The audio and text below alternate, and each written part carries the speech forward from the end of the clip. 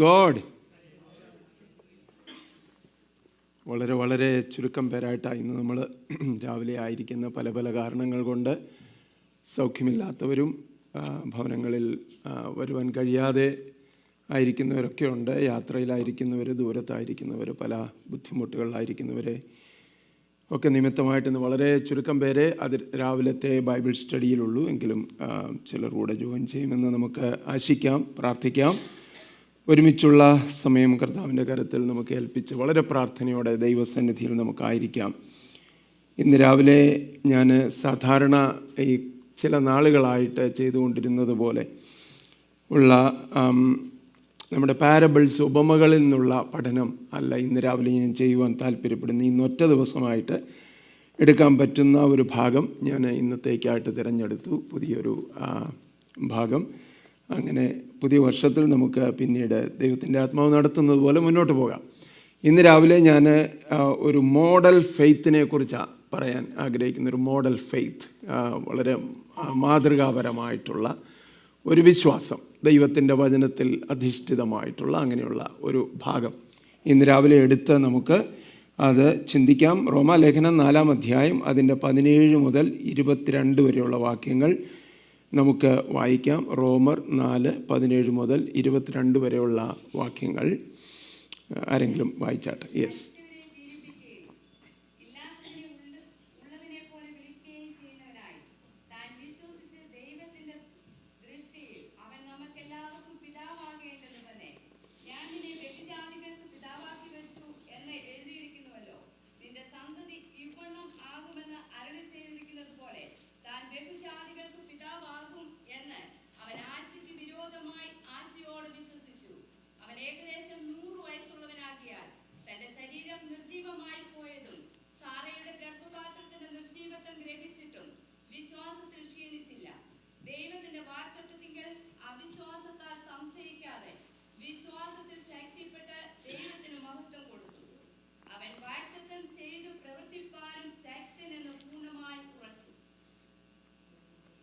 Amen.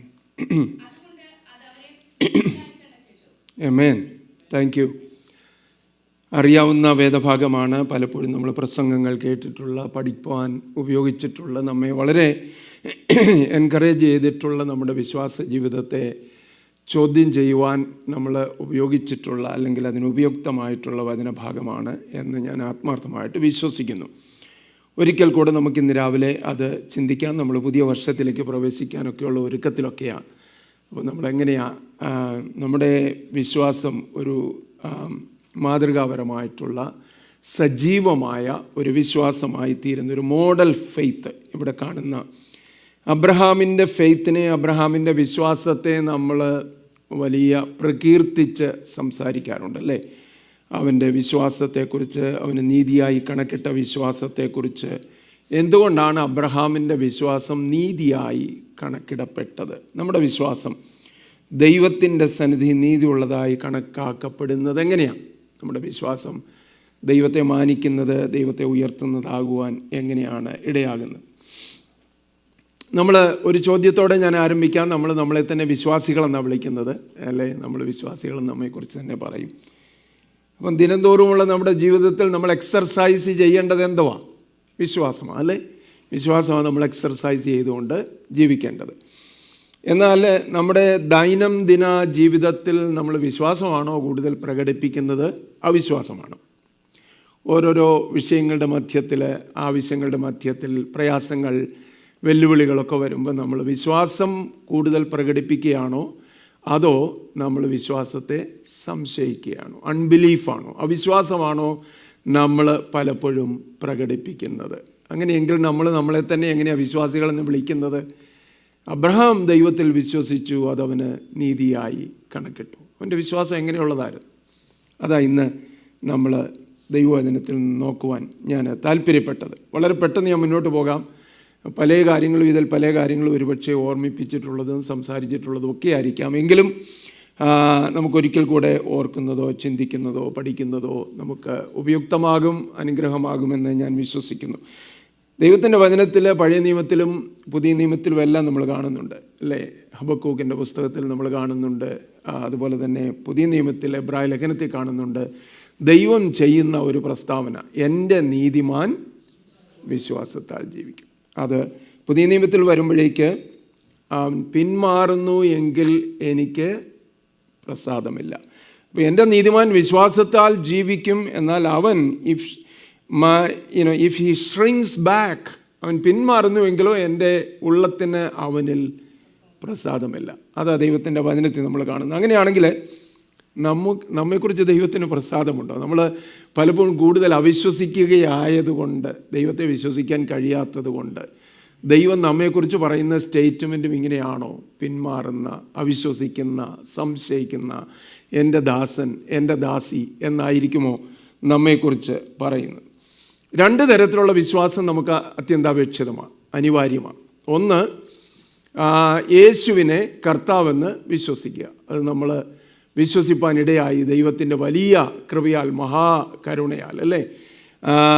കർത്താവിനെ രക്ഷിതാവും കർത്താവുമായിട്ട് വിശ്വസിപ്പാൻ, അവനെ നമ്മുടെ ജീവിതത്തിൽ സ്വീകരിപ്പാൻ എല്ലാം കർത്താവ് നമുക്ക് ഇടയാക്കി. ആ ഒരു വിശ്വാസം നമുക്ക് ലഭിച്ചു. അതിനായിട്ട് നമ്മൾ ദൈവത്തെ മഹത്വപ്പെടുത്തുന്നു. ദൈവത്തിന് സ്തോത്രം.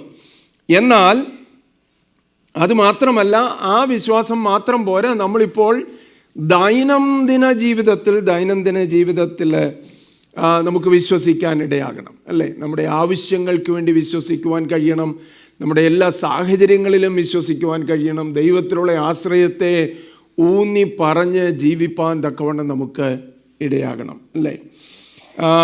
അപ്പോൾ രണ്ട് വിധത്തിലുള്ള വിശ്വാസം നമുക്ക് ആവശ്യം. ഒന്ന്, യേശുവിനെ, നിങ്ങൾ എന്നെ ശ്രദ്ധിക്കണേ, യേശുവിനെ രക്ഷിതാവും കർത്താവുമായി സ്വീകരിച്ച, ഇവൻ എൻ്റെ പാപങ്ങൾക്ക് മതിയായവനാണ്, എന്നെ രക്ഷിക്കുന്നവനാണ്, എന്നെ നിത്യതയിൽ കൊണ്ടുപോകുന്നവനാണ്, അതിനുവേണ്ടി ഒരുക്കുവാൻ കഴിയുന്നവനാണ് എന്ന് വിശ്വസിച്ച് ഏറ്റുപറഞ്ഞ് നമ്മെ തന്നെ കർത്താവിൻ്റെ കരങ്ങളിൽ കൊടുത്ത വിശ്വാസം അല്ലേ.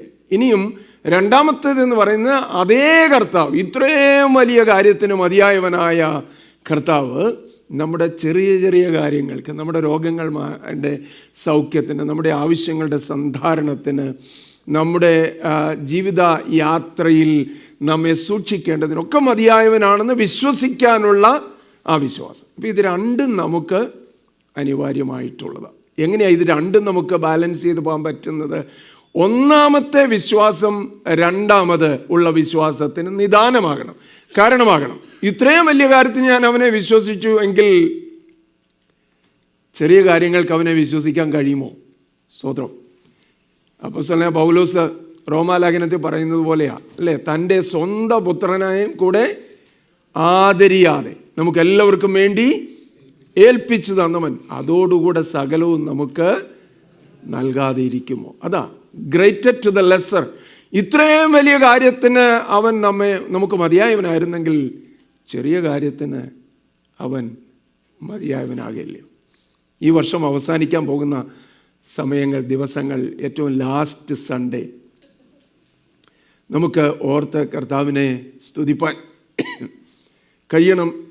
ഇത്രയും വലിയ കാര്യങ്ങൾക്ക് എൻ്റെ ജീവിതം മുഴുവൻ എറിഞ്ഞേൽപ്പിച്ചു കൊടുക്കുവാൻ, അവൻ്റെ പാദങ്ങളിൽ വയ്ക്കുവാൻ മുഖാന്തരമാക്കിയ, എന്നെ വിളിച്ച, എന്നോട് കരുണ കാണിച്ച കർത്താവ് എൻ്റെ ഇന്നുള്ള ആവശ്യങ്ങൾക്ക് മതിയായവനല്ലയോ? അവനിൽ വിശ്വസിക്കുവാൻ എനിക്ക് കഴിയുക.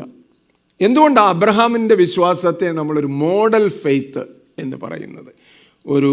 നമ്മുടെ ജീവിതത്തിന് മുമ്പിലൊരു മോഡലായിട്ട് അതിനെ കാണുവാൻ തക്കവണ്ണം നമുക്ക് കഴിയുന്നു. ഒന്നാമത് 17-ാമത്തെ വാക്യത്തിൽ നമ്മൾ വായിക്കുന്നുണ്ട്, മരിച്ചവരെ ജീവിപ്പിക്കുകയും ഇല്ലാത്തതിനെ ഉള്ളതിനെ പോലെ വിളിക്കുകയും ചെയ്യുന്നവനായി താൻ വിശ്വസിച്ച ദൈവം. അപ്പം ഒന്നാമത് അബ്രഹാമിൻ്റെ വിശ്വാസത്തെ ഒരു മോഡൽ ഫെയ്ത്തായിട്ട് നമ്മൾ പറയുന്നതിൻ്റെ കാരണം, അവൻ്റെ വിശ്വാസം it was confidence in A person, non A person അല്ലേ. ഒരു വ്യക്തിയിൽ അധിഷ്ഠിതമായ ഒരു വിശ്വാസമായിരുന്നു. സാഹചര്യങ്ങളിലല്ല, വ്യക്തിയിൽ അധിഷ്ഠിതമായൊരു വിശ്വാസമായിരുന്നു. എന്താണ് ആ വ്യക്തി? ആരായിരുന്നു? ദൈവം. എങ്ങനെയുള്ളവനാ ദൈവം? 17-ാം വാക്യത്തിൽ അതാ നമ്മൾ വായിച്ചത്. ഈ ദൈവം എന്തൊക്കെ ചെയ്യുന്നവനാ? മരിച്ചവരെ ജീവിപ്പിക്കുന്നവൻ, ഇല്ലാത്തതിനെ ഉള്ളതിനെ പോലെ വിളിക്കുന്നവൻ, അങ്ങനെ വിളിക്കുകയും ചെയ്യുന്നവനായി താൻ വിശ്വസിച്ച ദൈവത്തിൻ്റെ ദൃഷ്ടി. അപ്പം ദൈവത്തെ അങ്ങനെ വിശ്വസിച്ചവനായ ദൈവം, അതായിരുന്നു ഫൗണ്ടേഷൻ. വിശ്വാസത്തിൻ്റെ ഫൗണ്ടേഷൻ ദൈവമായിരുന്നു. അതുകൊണ്ടാണ് അബ്രഹാമിൻ്റെ വിശ്വാസത്തെ മോഡൽ ഫെയ്ത്തായിട്ട് നമ്മൾ പറയും. യേശു കർത്താവ് പഠിപ്പിച്ച തൻ്റെ പഠിപ്പിക്കലിൽ മത്തായി സുവിശേഷം 7-ാം അധ്യായത്തിൽ 24 മുതലുള്ള വാക്യങ്ങളിൽ നമ്മൾ കാണുന്നുണ്ട്. അവിടെ കർത്താവ് പറഞ്ഞു, 2 പേര് ഒരു വീട് പണിയിൽ ഏർപ്പെട്ട 2 പേരെ കുറിച്ച് പറയുന്നുണ്ടല്ലേ. എൻ്റെ വചനം കേട്ട് അത് പ്രമാണിക്കുന്നവനെല്ലാം ആരോട് തുല്യൻ എന്ന കർത്താവോട് പറയുന്നു. എൻ്റെ വചനം കേട്ട് അത് അതുപോലെ പ്രമാണിക്കുന്നവർ എല്ലാം ആഴക്കുഴിച്ച് പാറമേൽ അടിസ്ഥാനമിട്ട് വീട് പണിത മനുഷ്യനോട് തുല്യനാണ്. വൻമഴ ചൊരിഞ്ഞു, കാറ്റടിച്ചു, ഓളങ്ങൾ പൊങ്ങി, പക്ഷേ ആ വീട് വീണില്ല. കാരണം അത് പാറമേൽ പണിതതായിരുന്നു, അടിസ്ഥാനപ്പെട്ടതായിരുന്നു. രണ്ടാമത്, എൻ്റെ വചനം കേട്ട് പ്രമാണിക്കാത്തവനെല്ലാം എങ്ങനെയുള്ളവനാ? മണലിന്മേൽ വീട് പണിത മനുഷ്യനോട് തുല്യം. വൻമഴ ചൊരിഞ്ഞു, കാറ്റടിച്ചു, വെള്ളങ്ങൾ പൊങ്ങി, ആ വീട് വീണുപോയി. അതിൻ്റെ വീഴ്ച വലിയതായിരുന്നു, കാരണം അത് മണലിന്മേൽ പണിതതായിരുന്നു. വ്യത്യാസം എവിടെ വന്നേ? ഫൗണ്ടേഷൻ അല്ലേ, ഫൗണ്ടേഷൻ. അപ്പോൾ വിശ്വാസം ബലവത്താണോ, നിലനിൽക്കുന്നതാണോ, ഈ വിശ്വാസത്തിൽ ഊന്നി നമുക്ക് ജീവിക്കാൻ പറ്റുമോ എന്നുള്ളതെല്ലാം നമ്മുടെ അനുഭവമോ പരിചയമോ നമ്മുടെ പഠനങ്ങളോ നമ്മുടെ വിദ്യാസമ്പന്നതയോ ഒന്നുമല്ല, ആരിലാണോ അത് അധിഷ്ഠിതം എന്നുള്ളതിലാണ്. ആരിലെൻ ആശ്രയം എന്നെനിക്കറിയാം, അവൻ എൻ ഉപനിധി അവസാനത്തോളം കാക്കും. അല്ലേ? ആരിലാണ് ഞാൻ വിശ്വസിച്ചതെന്ന് ഞാൻ അറിയുന്നു. അബ്രഹാമിൻ്റെ വിശ്വാസം ആരിലാണോ വിശ്വാസം. അപ്പം ശക്തമായ വിശ്വാസം, ബലഹീനമായ വിശ്വാസം. ശക്തമായ വിശ്വാസം ഉണ്ടായിരുന്നയാൾ, ഒരു ഉപമാനമായിട്ട് ഞാൻ വായിച്ചത് അതിനെക്കുറിച്ച്. തിൻ ലെയർ ഓഫ് ഐസ്, മഞ്ഞുകട്ടയുടെ ഏറ്റവും തിൻ ലെയറിൻ്റെ മുകളിൽ നിന്നു. ശക്തമായ വിശ്വാസം ഉണ്ടായിരുന്നു, പക്ഷേ ആ നിന്ന പ്രതലം ഏറ്റവും ലോലമായിരുന്നു, വളരെ നേർത്തതായിരുന്നു. അതുകൊണ്ട് അവൻ താണുപോയി. എന്നാൽ ശക്തിയുള്ള അല്ലെങ്കിൽ കട്ടിയുള്ള ഒരു പ്രതലത്തിൽ, മഞ്ഞുകട്ടയുടെ മുകളിൽ, വെള്ളത്തിൻ്റെ മുകളിലുള്ള മഞ്ഞുകട്ടയിൽ നിന്നയാള് അവനവിടെ നിലനിന്നു. കാരണം നിൽക്കുന്ന സ്ഥാനം ബലവത്തായിരുന്നു. നമ്മുടെ വിശ്വാസം നിലനിൽക്കാൻ ഇടയാകുന്നത് നമ്മിൽ ആരിൽ നമ്മുടെ വിശ്വാസം അർപ്പിച്ചിരിക്കുന്നു, ആരിൽ നമ്മുടെ വിശ്വാസം നമ്മൾ അർപ്പിച്ചിരിക്കുന്നു എന്നുള്ളതിലാണ്. അപ്പം നമ്മുടെ വിശ്വാസം ബലമുള്ളതാണോ അല്ലയോ എന്ന് അറിയുന്നത് ആരിലാണ് ആ വിശ്വാസം എന്നുള്ളതിലാണ്. സാഹചര്യങ്ങളിലല്ല, വ്യക്തികളിലല്ല, സമൂഹത്തിലല്ല, സഭയിലല്ല, കൂടിവരവുകളിലല്ല, മറ്റ് മനുഷ്യരുടെ പ്രലോഭനങ്ങളിലോ വാക്കുകളിലോ അല്ല. നമ്മൾ ആരിലാണ് വിശ്വാസം അർപ്പിച്ചിരിക്കുന്നത്? ദൈവത്തിൽ വിശ്വാസം വെച്ചിരിക്കുന്നു എന്നതിനാൽ, നമ്മുടെ ദൈവത്തിൽ വിശ്വാസം അർപ്പിച്ചിരിക്കുന്നതിനാൽ. മൗണ്ട് കാർമേലിൻ്റെ മുകളിൽ അല്ലേ, കർമേൽ പർവ്വതത്തിൻ്റെ മുകളിൽ വലിയൊരു ടെസ്റ്റ് നടന്നു, ഒരു വലിയ പരീക്ഷ നടന്നു. പ്രവാചകനായ ഏലിയാവ് ജനത്തെ വെല്ലുവിളിച്ചു, നിങ്ങൾ 2 തോണിയിൽ എത്രത്തോളം കാല് വയ്ക്കും? യഹോവ ദൈവമെങ്കിൽ അവനെ സേവിപ്പീൻ, ബാൽ ദൈവമെങ്കിൽ അവനെ സേവിപ്പീൻ എന്ന് പറഞ്ഞിട്ട് അവരുടെ മുമ്പിൽ ഒരു ടെസ്റ്റ് വെച്ചു. തീ കൊണ്ട് ഉത്തരം അരുളുന്നവൻ തന്നെ ദൈവം തന്നെ ദൈവം. അപ്പം നമുക്കറിയാം, അതിൻ്റെ വിവരണങ്ങളൊക്കെ അറിയാം, അതിലേക്ക് ഞാൻ പോകുന്നില്ല, അതല്ല എൻ്റെ വിഷയമെങ്കിലും മറുപടി അല്ലെങ്കിൽ നമുക്കറിയാം, ബാലിൻ്റെ പ്രവാചകന്മാർക്ക് ആദ്യത്തെ അവസരം നൽകി. അവരൊരു യാഗവസ്തുവിനെ തയ്യാറാക്കി, അതിന് വേണ്ട വിധികളെല്ലാം ചെയ്ത് അതിനെ യാഗം കഴിച്ചുകൊണ്ട് രാവിലെ മുതൽ ഉച്ച കഴിയുന്നത് വരെ അവർ നിലവിളിച്ചു കൊണ്ടിരുന്നതാണ്. അവർ തങ്ങളെ തന്നെ കുത്തി മുറിവേൽപ്പിച്ചു, രക്തമൊഴുക്കി അവർ പ്രാർത്ഥിച്ചു, ബാലേ ഉത്തരമരളണമേ ഉത്തരമരളണമേ എന്നെല്ലാം നിലവിളിച്ചു കൊണ്ടിരുന്നു. പക്ഷെ ഒരു മറുപടിയോ ഒരു ഉത്തരമോ ഉണ്ടായില്ല. ഏലിയാവാകട്ടെ അവൻ യാഗപീഠത്തെ പുതുക്കി പണിത് യാഗവസ്തുവിനെ അർപ്പിച്ചിട്ട് ദൈവത്തോട് ഏറ്റവും ചുരുക്കമായിട്ടുള്ളൊരു പ്രാർത്ഥന കഴിച്ചു, അല്ലേ? യഹോവേ, നീ ഇസ്രായേലിൻ്റെ ദൈവമെന്നും ഞാൻ നിൻ്റെ ദാസനെന്നും ഈ ചെയ്തതൊക്കെ നിൻ്റെ കൽപ്പനയാലാണെന്നും ഈ ജനം അറിയേണ്ടതിന് നീ ഉത്തരമരളയണമേ. സ്വർഗത്തിൽ നിന്ന് തീ ഇറങ്ങി ആ യാഗവസ്തുവിനെ ദഹിപ്പിച്ചു, യാഗപീഠത്തെ ചുറ്റുമുള്ള വെള്ളത്തെ വറ്റിച്ചു കളഞ്ഞു, ചുറ്റുമുള്ള മണ്ണിനെ പോലും അത് ദഹിപ്പിപ്പാനിടയായി. ജനമെല്ലാം കവിണ്ണു വീണ് ഏറ്റു പറഞ്ഞു, യഹോവ തന്നെ ദൈവം, യഹോവ തന്നെ ദൈവമെന്ന് ഏറ്റുപറയുവാനിടയായി. അപ്പം ബാലിനോടും പ്രാർത്ഥിച്ചതാ, ബാലിനു വേണ്ടി യാഗം കഴിച്ചതാ. പക്ഷേ ജീവനുള്ള ദൈവം, അബ്രഹാം അതാ വിശ്വസിച്ചത്, അല്ലേ? മരിച്ചവരെ ജീവിപ്പിക്കുന്ന, ഇല്ലാത്തതിനെ ഉള്ളതിനെ പോലെ വിളിച്ചു വരുത്തുന്നവനായ ദൈവം ഉളവാകട്ടെ എന്ന് പറഞ്ഞപ്പോൾ ഇല്ലാത്തതിനെ ഉള്ളതിനെ പോലെ വിളിച്ചു വരുത്തിയ ദൈവം. നമ്മുടെ വിശ്വാസം ദൈവത്തിൽ വെച്ചുകൊള്ളേണ്ടതിന് ഇന്ന് രാവിലെ നമുക്ക് കഴിയണം. ആ ധൈര്യം നമുക്ക് ഉണ്ടാകണം. നമ്മുടെ ദൈവം വലിയവനായതുകൊണ്ടാണ് ഞാൻ നിൽക്കുന്നത്. ഞാൻ വിശ്വാസി എന്ന് എന്നെ തന്നെ വിളിക്കുന്നത് എന്തുകൊണ്ടാണെന്നറിയാമോ? എൻ്റെ വിശ്വാസം ആരിലാണ് അർപ്പിച്ചിരിക്കുന്നത് എന്ന് എനിക്ക് അറിയാം. സ്തോത്രം. ആ ഒരു ധൈര്യം നമ്മുടെ ഉള്ളിൽ എപ്പോഴും ഉണ്ടായിരിക്കണം. രണ്ടാമത്തെ കാര്യം അബ്രഹാമിൻ്റെ വിശ്വാസം, ഇറ്റ് കൺഫ്രണ്ടഡ് റിയാലിറ്റീസ്. അത് യാഥാർത്ഥ്യങ്ങളെ ഒഴിവാക്കുന്നതല്ലായിരുന്നു, യാഥാർത്ഥ്യങ്ങളെ നേരിടുന്നതായിരുന്നു അബ്രഹാമിൻ്റെ വിശ്വാസം, അല്ലേ?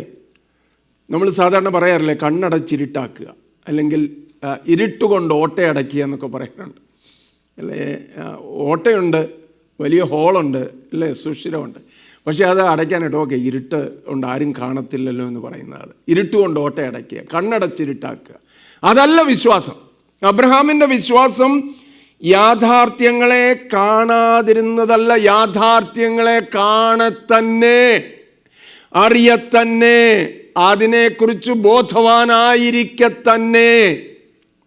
അബ്രഹാം 19-ാം വാക്യത്തിൽ നമ്മളതാ വായിച്ചത്. അവൻ ഏകദേശം 100 വയസ്സുള്ളവനാകിയാൽ തൻ്റെ ശരീരം നിർജീവമായി പോയതും സാറയുടെ ഗർഭപാത്രത്തിൻ്റെ നിർജീവത്വവും ഗ്രഹിച്ചിട്ടും വിശ്വാസത്തിൽ ക്ഷീണിച്ചില്ല. Confronting the realities. നമ്മുടെ വിശ്വാസം സ്ട്രോങ് ആണെന്ന് പറയുന്നത് എപ്പോഴാണ്? കണ്ണടച്ച് ഒന്നും സംഭവിക്കുകയില്ലെന്ന് പറഞ്ഞിരിക്കുന്നതിലല്ല, യാഥാർത്ഥ്യങ്ങളെ നേരിടാൻ കഴിയുമ്പോഴാണ്. യാഥാർത്ഥ്യങ്ങളെ തിരിച്ചറിഞ്ഞാലും ബലത്തോടെ നിൽക്കുമ്പോഴാണ്. അപ്പോൾ അബ്രഹാമിൻ്റെ വിശ്വാസം അങ്ങനെയുള്ള വിശ്വാസമായിരുന്നു, അല്ലേ? Conversant with the realities, hard realities of life. വേദന, പ്രയാസങ്ങൾ, സമ്മർദ്ദങ്ങൾ, കഷ്ടങ്ങൾ, പരിശോധനകളൊക്കെ ഉണ്ടാകുമ്പോൾ കണ്ണടച്ച് മാറി നിൽക്കുന്ന ആൾ എന്നുള്ളതല്ല ഇതിൻ്റെ അർത്ഥം. But someone who is refusing to be intimidated by the circumstances. സാഹചര്യങ്ങൾ എന്നെ ഭയപ്പെടുത്തുവാൻ ഞാൻ സമ്മതിക്കുകയില്ല. യാഥാർത്ഥ്യങ്ങൾ ഇങ്ങനെയൊക്കെയാ. എനിക്ക് 100 വയസ്സായി, എൻ്റെ ശരീരം നിർജീവമായി, സാറയുടെ ഗർഭപാത്രം നിർജീവമായി, സാഹചര്യങ്ങൾ ഇങ്ങനെയൊക്കെയാ. പക്ഷേ ഞാനത് ഭയപ്പെടുവാൻ ഇട ആവുക ഇല്ല. അതാ വിശ്വാസം എന്ന് പറയും. ഈ പുതിയ വർഷത്തിൽ കയറുന്നതിന് മുമ്പായിട്ട് നമ്മളെ തന്നെ നമുക്കൊന്ന് സജ്ജമാക്കണമെന്നിരിക്കണം. പുതിയ വർഷത്തിൽ ഒരു കഷ്ടവും പ്രയാസവും ഒന്നും ഉണ്ടാകുകയില്ല എന്നൊന്നുമല്ല. യാഥാർത്ഥ്യങ്ങൾ പരിപരുത്തതായിരിക്കും, പാത കല്ലും മുള്ളും നിറഞ്ഞതായിരിക്കും, ദുർഘടമായിട്ടുള്ള മേടുകളൊക്കെ കയറി പോകേണ്ടി വന്നേക്കാം. പക്ഷേ യാഥാർത്ഥ്യങ്ങളുടെ മധ്യത്തിലും ഞാൻ വിശ്വസിച്ചിരിക്കുന്ന ആരെ എന്ന് ഞാൻ അറിയുന്നു. സ്തോത്രം. ആ ഒരു ധൈര്യം, ആ ഒരു ഓർമ്മ ഞാൻ സാധാരണ പലപ്പോഴും പറഞ്ഞിട്ടുള്ളതാണ്. കനാൻ ദേശം ഒറ്റുനോക്കാൻ പോയ ആ ചാരന്മാർ, അല്ലേ? ആ സ്പൈസ് 12 പേരുണ്ടായിരുന്നു. 12 പേര് 40 ദിവസത്തോളം ദേശമെല്ലാം ചുറ്റി സഞ്ചരിച്ച് അവിടുത്തെ ഫലങ്ങളും ഒക്കെ കൊണ്ടുവന്ന് തെളിവിനായിട്ടൊക്കെ കൊണ്ടുവന്ന് ആളുകളുടെ മുമ്പിൽ സംസാരിക്കുക. പക്ഷെ വന്നപ്പം 2 റിപ്പോർട്ടുകളാണ് പ്രസൻറ്റ് ചെയ്തത്.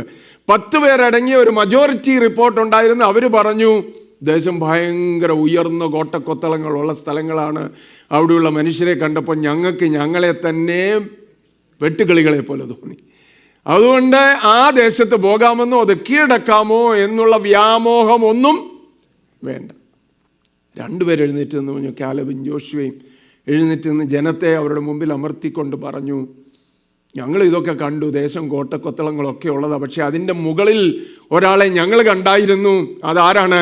യഹോവ നമ്മോടുകൂടി ഉണ്ടെങ്കിൽ നമുക്കത് പോയി കീഴടക്കാം. റിയാലിറ്റീസ്, യാഥാർത്ഥ്യങ്ങൾ പരിവരുത്തുക. ഇപ്പോഴും അങ്ങനെയാണ്. നമ്മളിൽ പലരുടെയും ജീവിതത്തിൽ വലിയ വേദനകൾ, പ്രയാസങ്ങളൊക്കെ ഉണ്ട്. But refuse to be intimidated by them. അവയാൽ നമ്മൾ സമ്മർദ്ദത്തിലാകാനോ ഭയപ്പെടാനോ ഭയപരവശരാകാനോ വിശ്വാസം കൈവിട്ടു പോകാനോ നമുക്കിടയാകാതിരിക്കുക. സ്തോത്രം. അതാ ദൈവം ആഗ്രഹിക്കുന്നത്. നമ്മുടെ വിശ്വാസത്തെ അങ്ങനെയാണ് നമ്മൾ സജ്ജമാക്കുവാൻ തക്കവണ്ണം ഇടയാകുന്നത്. യേശു കർത്താവ് തന്നെയല്ലേ പറഞ്ഞത്, കുഞ്ഞുങ്ങളെ ഈ ലോകത്തിൽ കഷ്ടങ്ങൾ നിങ്ങൾക്ക് ഉണ്ട്, എങ്കിലും ധൈര്യപ്പെടുവിൻ, ഞാൻ ലോകത്തെ ജയിച്ചിരിക്കും. 2025 കുഞ്ഞുങ്ങളെ ഒരു കഷ്ടം ഉണ്ടാകുകയില്ല. 2024 നമ്മൾ എത്ര വേദനകളിൽ കൂടെ കടന്നുപോയി, എത്ര പ്രയാസങ്ങൾ, ഉയർച്ച താഴ്ചകൾ, നഷ്ടങ്ങൾ, കഷ്ടങ്ങൾ, അല്ലേ, മെഡിക്കൽ പ്രൊസീജിയേഴ്സ്, രോഗങ്ങൾ എല്ലാം വന്നു, എല്ലാം ഉണ്ടായി. പക്ഷേ യാഥാർത്ഥ്യങ്ങളൊക്കെ ഇത്രയും പരിവരുത്തതായിട്ടും വേദന നിറഞ്ഞതായിട്ടും നമുക്കൊരു വിശ്വാസമുണ്ട്. അൾട്ടിമേറ്റായിട്ട്, ആത്യന്തികമായിട്ട് നമ്മൾ വിശ്വാസം വെച്ചിരിക്കുന്ന ഒരുവനുണ്ട്. ഹല്ലേലൂയ. നമ്മൾ ധൈര്യപ്പെടുന്ന ഒരുവനുണ്ട്. അവനാ നമ്മുടെ ഉറപ്പ്. സ്തോത്രം. 3, പെട്ടെന്ന് പോകാൻ, ഞാൻ സമയത്തിനുള്ളിൽ അവസാനിപ്പിക്കണമല്ലോ. ഹാർഡ് റിയാലിറ്റീസിനെ തിരിച്ചറിയുക മാത്രമല്ല, he refused to be, Abraham's faith transcended human limitations. അബ്രഹാമിൻ്റെ വിശ്വാസം എന്ന് പറയുന്ന മാനുഷിക പരിമിതികളെ അതിജീവിച്ച് അതിനപ്പുറത്തേക്ക് പോകുന്നതായിരുന്നു. അതാ വിശ്വാസത്തിൻ്റെ പ്രത്യേകത, അല്ലേ? മാനുഷികമായ പരിമിതികളിൽ സാധിക്കുന്ന കാര്യങ്ങളിൽ മാത്രമാണ് നമ്മൾ വിശ്വാസം എന്ന് പറയുന്നെങ്കിൽ വിശ്വാസം എന്നാ വിശ്വാസമാണ്, അല്ലേ? പ്രാർത്ഥിച്ചാൽ തലവേദന മാറും, ടൈലനോൾ കഴിച്ചാലും തലവേദന മാറാറുണ്ട്, അല്ലേ? എന്ന് പറഞ്ഞാൽ അത് നിസ്സാരമെന്നല്ല ഞാൻ പറഞ്ഞു. ദൈവത്തിൻ്റെ ശക്തി എല്ലാറ്റിലും പ്രവർത്തിക്കും. ഞാൻ പറഞ്ഞു വന്നതിൻ്റെ താല്പര്യം, മാനുഷിക പരിമിതികളിൽ, ആ ചട്ടക്കൂടുകളിൽ മാത്രം ഒതുക്കി വെക്കുന്നതാണ് വിശ്വാസമെങ്കിൽ അതെന്ത് വിശ്വാസമാണ്? അബ്രഹാമിൻ്റെ വിശ്വാസം ട്രാൻസെൻഡഡ് ദ ഹ്യൂമൻ ലിമിറ്റേഷൻസ്. മാനുഷിക പരിമിതികൾക്ക് അപ്പുറത്തേക്ക് ദൈവത്തെ വിശ്വസിക്കുവാൻ അവന് കഴിഞ്ഞു. നിങ്ങൾ പുരുകൻ ചുളിക്കുന്നത് ഞാൻ കാണുന്നുണ്ട്. എന്തുവാ ഇത് പാസ്റ്റർ പറഞ്ഞു വരുന്നത്, അല്ലേ? 18-ാം വാക്യത്തിൽ പറയുന്നു, നിന്റെ സന്തതി ഇവണ്ണമാകുമെന്ന് അരുളി ചെയ്തിരിക്കുന്നത് പോലെ താൻ ബഹുജാതികൾക്ക് പിതാവാകുമെന്ന് അവൻ ആശയ്ക്ക് വിരോധമായി ആശയോടെ. എനിക്കെപ്പോഴും ആ ഒരു ടൈം വലിയ സന്തോഷം തരുന്ന, ധൈര്യം തരുന്ന. സാഹചര്യങ്ങളെ നോക്കിയാൽ ആശയ്ക്കുള്ള യാതൊരു മാർഗവും ഇല്ല. പക്ഷെ ആശയ്ക്ക് വിരോധമായിട്ട് ആശയോടെ വിശ്വസിച്ചു. Transcending the human limitations. പുതിയ വർഷത്തിലേക്ക് പ്രവേശിക്കുന്നതിന് മുമ്പായിട്ട് നമ്മുടെ പരിമിതികളെ നോക്കി നെടുവീർപ്പിടാതെ, നമ്മുടെ കൊച്ചു ലോകത്തിൽ ഒരുപാട് വേദനകൾ, ഒരുപാട് പ്രയാസങ്ങൾ, അതിനാലെല്ലാം ചുറ്റപ്പെട്ട് വളയപ്പെട്ട് ഇങ്ങനെ കഷ്ടതയുടെ നടുവിലായിരിക്കുന്നെന്ന് പറഞ്ഞും പരിവേദന പറഞ്ഞും അല്ലെങ്കിൽ പരാതി പറഞ്ഞും പരിവേദനകൾ നൽകിയും ജീവിക്കാതെ അതിനപ്പുറത്തേക്ക് നമുക്ക് പോകണം. പുതിയ വർഷത്തിലേക്ക് പ്രവേശിപ്പാൻ ദൈവം നമ്മെ അനുവദിക്കുന്നുവെങ്കിൽ എൻ്റെ വിശ്വാസത്തെ നീ സജ്ജമാക്കണമേ ദൈവമേ എന്ന് നമുക്ക് കർത്താവിനോട് പ്രാർത്ഥിക്കാം. ഈ ലിമിറ്റേഷൻസിനെ ട്രാൻസെൻഡ് ചെയ്യുന്ന ഒരനുഭവത്തിലേക്ക് എന്നെ നടത്തണമേ എന്ന് കർത്താവിനോട് നമുക്ക് പ്രാർത്ഥിക്കണം. സ്തോത്രം, സ്തോത്രം, സ്തോത്രം.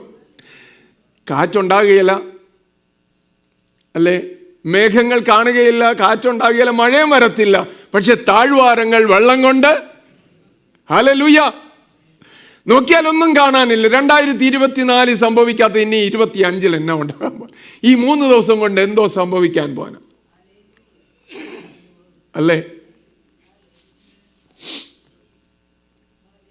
നമ്മൾ കാണുന്നതിനപ്പുറത്ത് അത്യുന്നതൻ്റെ കരം പ്രവർത്തിക്കുന്നുണ്ടെന്ന് വിശ്വസിക്കുവാൻ നമുക്ക് കഴിയണം. സ്ഥൈര്യപ്പെടുവാൻ നമുക്ക് കഴിയണം. Transcending the human limitations.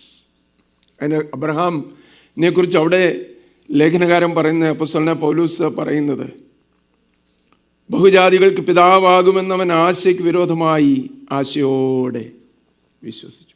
നോക്കിയാൽ, സാഹചര്യങ്ങളെ നോക്കിയാൽ ആശിക്കാനുള്ള യാതൊരു മാർഗവുമില്ല, പക്ഷെ അതിന് മീതെ അവൻ ആശയോടെ വിശ്വസിച്ചു. സ്തോത്രം. അങ്ങനെ ഒരു പ്രോമിസ് എനിക്ക് കിട്ടിയിട്ടുണ്ട് അല്ലേ? എന്തോ ആ പ്രോമിസ്? ശ്രദ്ധിച്ചേ, ഉത്തരം പറഞ്ഞ അപ്പം നിങ്ങൾ എന്നെ നോക്കും. എന്തോ ആ പ്രോമിസ്? ബഹുജാതികൾക്ക് പിതാവാകും. 100 മക്കൾ ഉണ്ടായിരുന്നപ്പം പറഞ്ഞായിരുന്നേ കുറച്ചുകൂടെ വിശ്വസിക്കാൻ. ഇത് ഒറ്റ മോനുമില്ല, ഒരു മകൻ പോലുമില്ല. ദീർഘവർഷങ്ങളായിട്ടുള്ള കാത്തിരിപ്പ.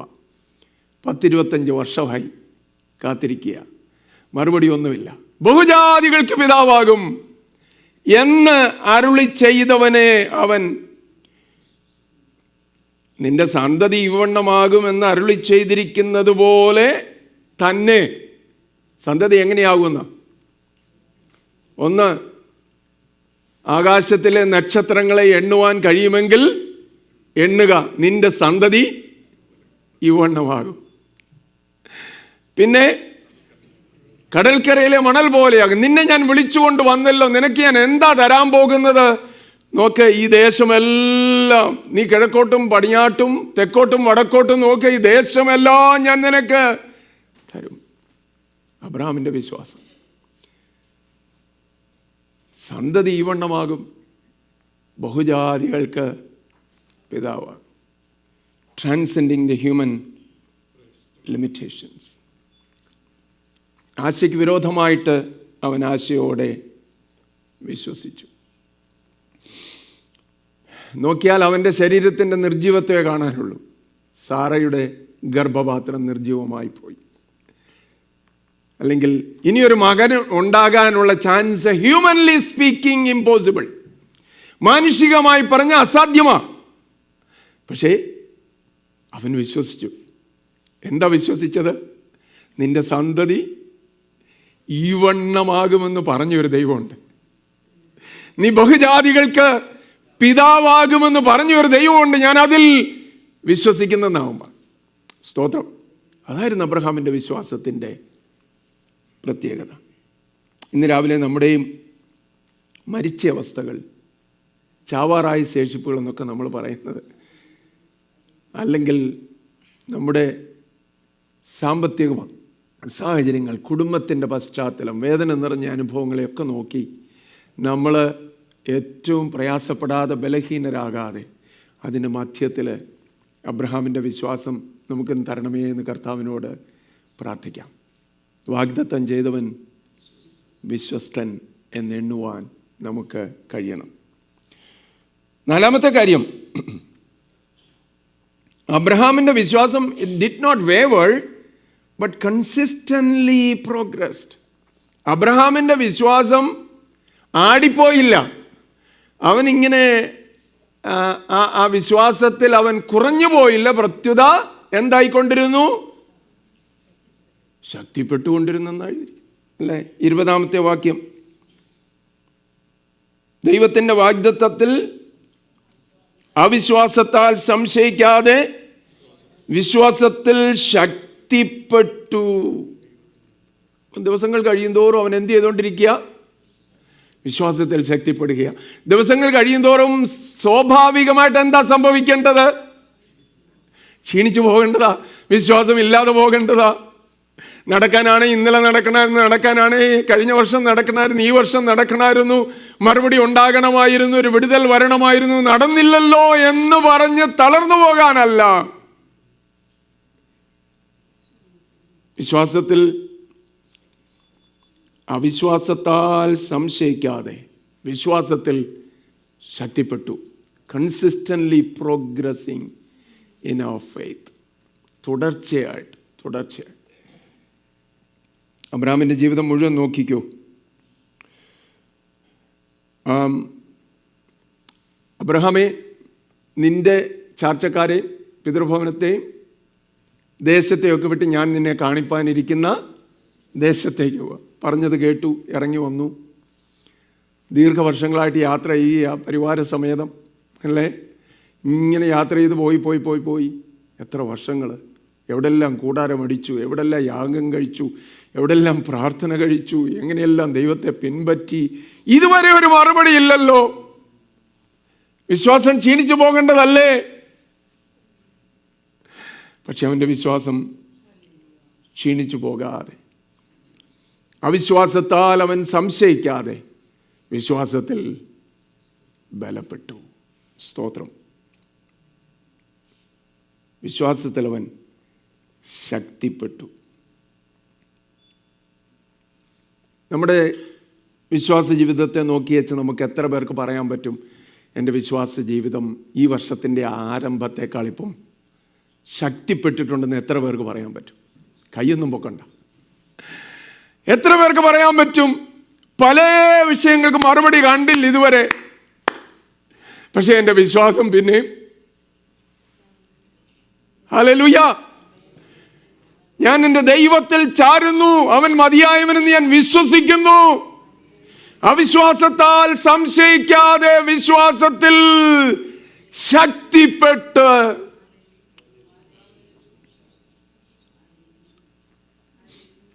നമ്മൾ എങ്ങനെയാ പ്രതികരിക്കുന്നത് എന്നുള്ളതിനെ അനുസരിച്ചിരിക്കും. ഒരേ സൂര്യൻ, അതിൻ്റെ കിരണം കളിമണ്ണിനെ കട്ടിയുള്ളതാക്കുന്നു, മെഴുകിനെ ഉരുക്കുന്നു അല്ലേ? സെയിം സൂര്യൻ, അതിൻ്റെ കിരണങ്ങൾ കളിമണ്ണിനെ കൂടുതൽ കട്ടിയുള്ളതാക്കുന്നു, മെഴുകിനെ ഉരുക്കുന്നു. നമ്മളിൽ എന്തുവാ നടന്നത്? കൂടുതൽ കഠിന ഹൃദയരായി തീരുകയായിരുന്നു. കണ്ടും കേട്ടും നൊന്തും വലഞ്ഞുപോയി നമ്മളായതാണോ, ആയിരിക്കുകയാണോ? അതോ ദൈവത്തിൻ്റെ വചനം ഇങ്ങനെ ക്രിയ ചെയ്തുകൊണ്ടിരിക്കുക? വാഗ്ദത്തങ്ങളെ ഞാൻ എണ്ണി ഞാൻ കർത്താവിൽ ആശ്രയിച്ചുകൊണ്ടിരിക്കുകയെന്ന് എത്ര പേർക്ക് ഇന്ന് രാവിലെ പറയാൻ പറ്റും? സ്തോത്രം. വിശ്വാസത്തിൽ ശക്തിപ്പെട്ട് കൺസിസ്റ്റൻ്റ്ലി പ്രോഗ്രസിങ്. വേറെ ഒന്നും നേടിയില്ലെങ്കിലും നമ്മുടെ വിശ്വാസത്തിൽ ശക്തിപ്പെട്ടിട്ടുണ്ടെങ്കിൽ അതാ ഏറ്റവും ഇമ്പോർട്ടൻ്റ്. പ്രിയപ്പെട്ടവരെ, ഏറ്റവും പ്രാധാന്യമുള്ളത് നമ്മുടെ വിശ്വാസത്തിൽ നമ്മൾ എത്ര ശക്തിപ്പെട്ടിട്ടുണ്ട് എന്നുള്ളതാണ്. ഞാൻ എൻ്റെ വാക്കുകളെ അവസാനിപ്പിക്കാം. അടുത്തൊരു കാര്യം കൂടെ ചൂണ്ടിക്കാണിച്ച്, ഇന്ന് രാവിലെ നമ്മൾ ഈ ദൈവവചനം കേട്ടത് നമുക്ക് അനുഗ്രഹത്തിന് മുഖാന്തരമാകണം. അബ്രഹാമിൻ്റെ വിശ്വാസത്തിലെ മറ്റൊരു പ്രത്യേകത ഞാൻ കണ്ടത്, Abraham's faith gave glory to God. അവൻ വിശ്വാസത്താൽ ദൈവത്തിന് മഹത്വം കൊടുത്തു. എന്നെ അത്ഭുതപ്പെടുത്തുന്നത് അവന് ഈ മഹത്വം കൊടുക്കാൻ തുടങ്ങിയ കാര്യം എപ്പോഴാ? ഇസ്ഹാക്ക് ജനിച്ചു വീണപ്പോൾ അവൻ ദൈവത്തിന് മഹത്വം കൊടുത്തു. അങ്ങനെയാണോ? അല്ല. മഹത്വം കൊടുത്തുകൊണ്ടിരിക്കുമ്പം തന്നെ വിശ്വാസത്തിൽ അവൻ പറഞ്ഞുകൊണ്ടിരിക്കുകയാണ്, അവൻ വാഗ്ദത്തം ചെയ്തത് പ്രവർത്തിപ്പാൻ ശക്തനെന്ന് പൂർണ്ണമായി ഉറച്ചു. അവൻ ദൈവത്തിന് മഹത്വം കൊടുത്തു. വിശ്വാസത്തിൽ ശക്തിപ്പെട്ട് എന്ത് ചെയ്തുകൊണ്ടിരിക്കുക? ദൈവത്തിന് മഹത്വം കൊടുത്തുകൊണ്ടിരിക്കുക. അതോടൊപ്പം എന്തും ചെയ്യുക? വിശ്വാസത്തിൽ ശക്തിപ്പെടുക. വിശ്വാസത്തിൽ ശക്തിപ്പെടുന്നു, ദൈവത്തിന് മഹത്വം കൊടുക്കും. സംഭവിച്ചു കഴിഞ്ഞല്ല, എല്ലാം നേടിക്കഴിയട്ടെ അപ്പം ഞാൻ ദൈവത്തിന് മഹത്വം കൊടുക്കാമെന്നല്ല. അതാ വിശ്വാസം എന്ന് പറയുന്നത്. അവൻ വാഗ്ദത്തം ചെയ്തിട്ടുണ്ടെങ്കിൽ അത് നിവർത്തിപ്പാൻ ശക്തൻ. എൻ്റെ ദൈവം ശക്തൻ. ആരംഭഭാഗത്ത് ഓർപ്പിച്ചതുപോലെ നമ്മുടെ ദൈവം ആരാണ് എന്നുള്ള ബോധ്യം, അല്ലേ? ആരെ വിശ്വസിച്ചിരിക്കുന്നു എന്ന് ഞാൻ അറിയുന്നു. സ്തോത്രം. If our object of faith is God, we can be strong this morning also. നമ്മുടെ ഫെയ്ത്ത്, നമ്മുടെ വിശ്വാസം വളരെ ശക്തമായിട്ട് നമുക്ക് കർത്താവിനെ മഹത്വപ്പെടുത്തുവാൻ തക്കവണ്ണം ഇടയാകും, അല്ലേ? നമ്മുടെ വിശ്വാസം ഹാർഡ് റിയാലിറ്റീസിന് നേരെ കണ്ണടക്കിയല്ല. യാഥാർത്ഥ്യങ്ങളെല്ലാം ഉണ്ട്, പക്ഷെ ഞാൻ still I believe on the Lord. ഇന്ന് രാവിലെ നമുക്ക് നമ്മെ തന്നെ ഒന്ന് തിരിഞ്ഞു നോക്കാം, നമ്മുടെ കണ്ണുകളെ അടയ്ക്കാം, നമ്മുടെ തലകളെ കുനിയിക്കാം ദൈവസന്നിധിയിൽ. കർത്താവിനോട് നമുക്ക് പ്രാർത്ഥിക്കാം.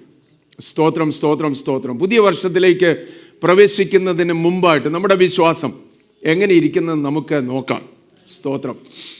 ഇത് ന്യൂ ഇയർ മെസ്സേജ് അല്ല, എങ്കിലും ഈ വർഷത്തിൻ്റെ അവസാന ദിവസം നമുക്ക് ചിന്തിപ്പാനായിട്ട്, ദൈവസന്നിധി പ്രാർത്ഥിപ്പാനായിട്ട് ഞാൻ ഇന്നിത് രാവിലെ നിങ്ങളോട് പങ്കുവെച്ചതാണ്. ഒരു മാതൃകാ വിശ്വാസം, അല്ലെങ്കിൽ അബ്രഹാമിൻ്റെ ഒരു മോഡൽ ഫെയ്ത്ത് പോലെ നമ്മുടെ ഫെയ്ത്ത് ആയിത്തീരട്ടെ.